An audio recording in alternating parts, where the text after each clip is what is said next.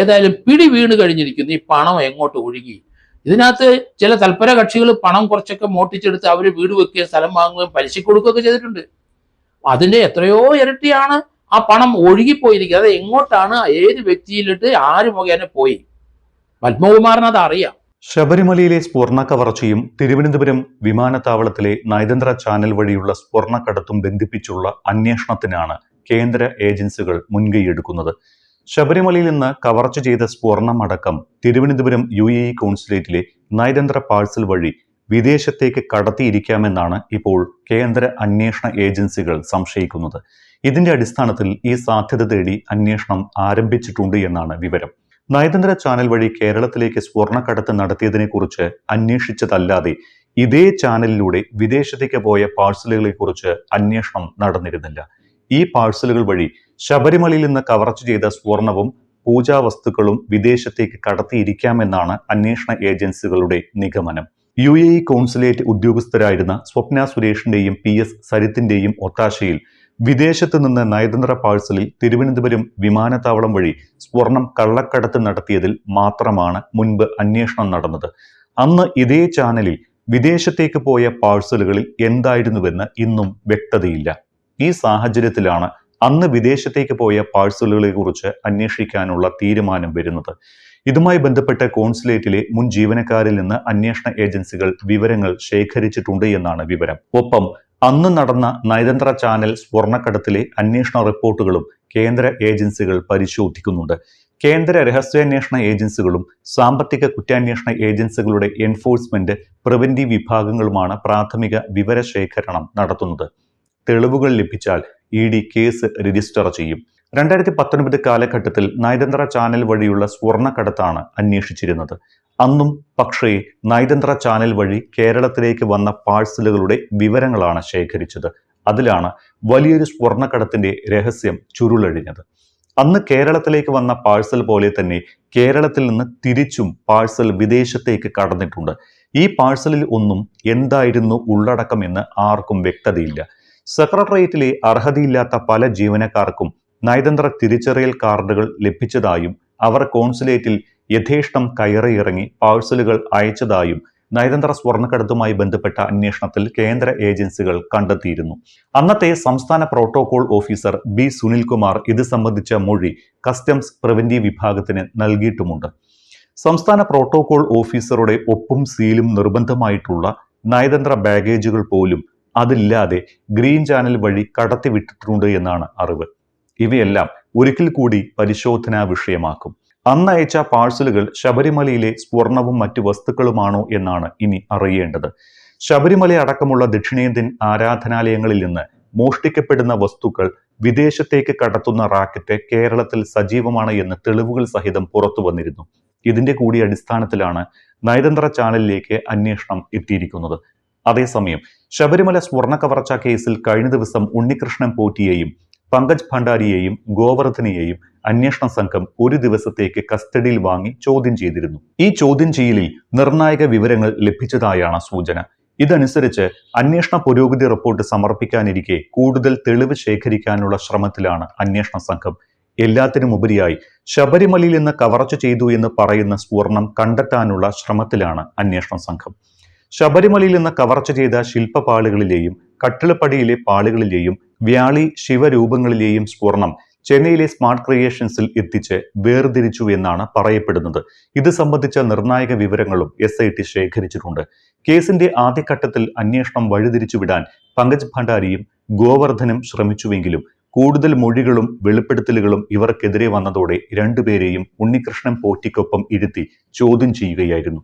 ഇതിലാണ് നിർണായകമായ വിവരങ്ങൾ ലഭിച്ചത്. ഈ വേർതിരിച്ച സ്വർണത്തിൽ വിഹിതം നൽകിയ ശേഷം ബാക്കിയുള്ള സ്വർണം ജ്വല്ലറി ഉടമ കൂടിയായ ബെല്ലാരി ഗോവർദ്ധനിലേക്കും എത്തിയെന്നാണ് കണ്ടെത്തൽ. കേസിൽ സ്വർണം കൂടുതൽ കണ്ടെത്തുന്നതിനുള്ള അന്വേഷണത്തിലാണ് പ്രത്യേക അന്വേഷണ സംഘം.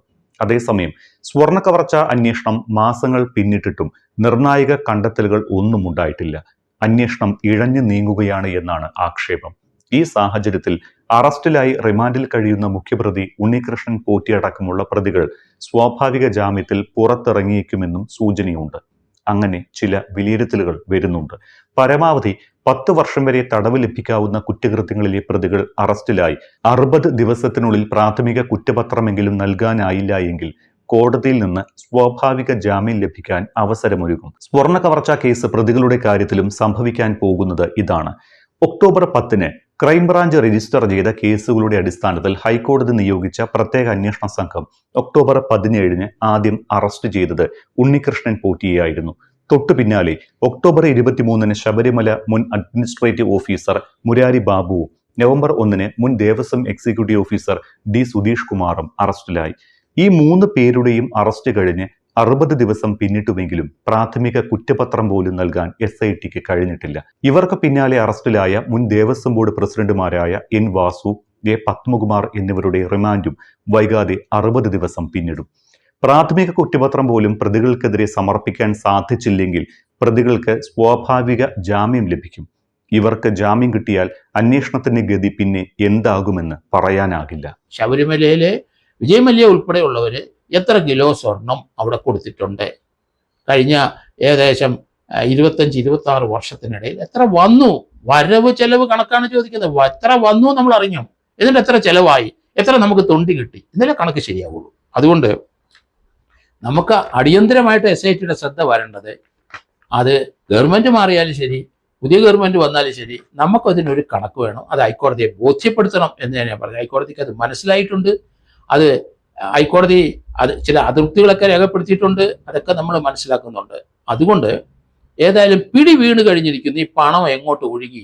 ഇതിനകത്ത് ചില തൽപര കക്ഷികൾ പണം കുറച്ചൊക്കെ മോട്ടിച്ചെടുത്ത് അവർ വീട് വെക്കുകയും സ്ഥലം വാങ്ങുകയും പലിശ കൊടുക്കുകയൊക്കെ ചെയ്തിട്ടുണ്ട്. അതിന്റെ എത്രയോ ഇരട്ടിയാണ് ആ പണം ഒഴുകിപ്പോയിരിക്കുന്നത്. അത് എങ്ങോട്ടാണ്, ഏത് വ്യക്തിയിലിട്ട് ആര് മുഖേന പോയി? പത്മകുമാറിന് അത് അറിയാം. പത്മകുമാർ പറഞ്ഞല്ലോ, താൻ ദൈവതുല്യം സ്നേഹിക്കുന്നവര് ഇതിൻ്റെ അകത്ത് ഇടപെട്ടിട്ടുണ്ട്. അതുപോലെ അതിനകത്തൊരു വാക്കൂടെ പറഞ്ഞല്ലോ, കടകംപള്ളി സുരേന്ദ്രൻ ആരാണെന്ന് വളരെ മോശമായ ഒരു പദം അദ്ദേഹം ഉപയോഗിച്ചല്ലോ. അവരൊക്കെ വേസ്റ്റായ ആൾക്കാരെ അവരോട് എനിക്ക് ബോധ്യപ്പെടുത്തേണ്ട കാര്യമില്ല. താൻ ദൈവതുല്യം സ്നേഹിക്കുന്ന ആൾക്കാരെ അല്ലേ ബോധ്യപ്പെടുത്തേണ്ടത്. അത് ആരാണ്? അങ്ങോട്ട് പണം ഒഴുകിയോ? അതാണ് SIT കണ്ടുപിടിക്കേണ്ടത്. ഇതിനകത്ത് സർക്കാരിൻ്റെ ഒരു അന്വേഷണം അല്ല ഇത്, ഹൈക്കോടതിയുടെ നേരിട്ടുള്ള ഒരു അന്വേഷണമാണ്.